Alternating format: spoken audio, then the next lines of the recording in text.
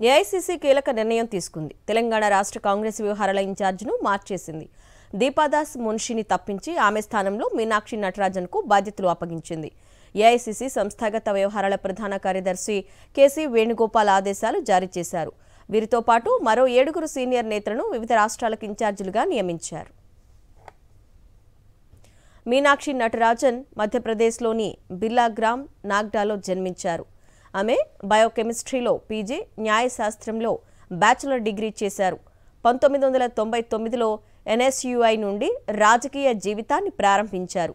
2002-2005 వరకు మధ్యప్రదేశ్ యువజన కాంగ్రెస్ అధ్యక్షురాలిగా పనిచేసిన ఆమె 2008లో ఏఐసీసీ కార్యదర్శిగా రాహుల్ గాంధీ ఎంపిక చేశారు. అప్పటి నుండి రాహుల్ టీంలో ఉన్న ఆమె 2009లో మంద్సౌర్ నుంచి ఎంపీగా పోటీ చేసి 1971 నుంచి అక్కడ గెలుస్తున్న లక్ష్మీనారాయణన్ పాండేను ఓడించారు.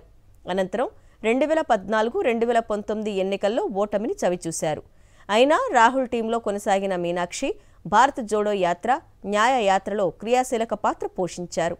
2023 ఆగస్టు 6న ఏఐసీసీ అధ్యక్షుడు ఖర్గే ఆమెను తెలంగాణ అసెంబ్లీ ఎన్నికల పరిశీలకురాలిగా నియమించారు.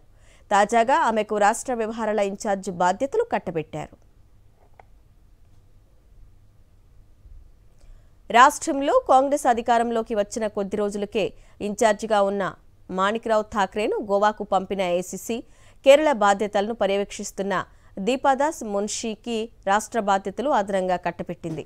అప్పటి నుండి ఆమె పార్టీ వ్యవహారాల్లో చురుగ్గా ఉంటున్నారు. అయితే పార్టీ నేతలకు ఆమె అపాయింట్మెంట్ ఇవ్వడం లేదని, ప్రభుత్వంతో పార్టీని సమన్వయం చేయడంలో విఫలమయ్యారనే విమర్శలు వచ్చాయి. ఇటీవల కొందరు కాంగ్రెస్ ఎమ్మెల్యేల భేటీ పార్టీలో నెలకొన్న అసంతృప్తిని తట్టిలేపింది. ఆమె సారథ్యంలో సీఎల్పీ భేటీ నిర్వహించి సరిదిద్దే ప్రయత్నం చేసినా ఈ అంశం ఏఐసీసీకి చేరింది. దీంతో ఆమెను తప్పి మీనాక్షి నటరాజన్కు రాష్ట్ర వ్యవహారాల ఇన్ఛార్జ్ బాధ్యతలు అప్పగించారు.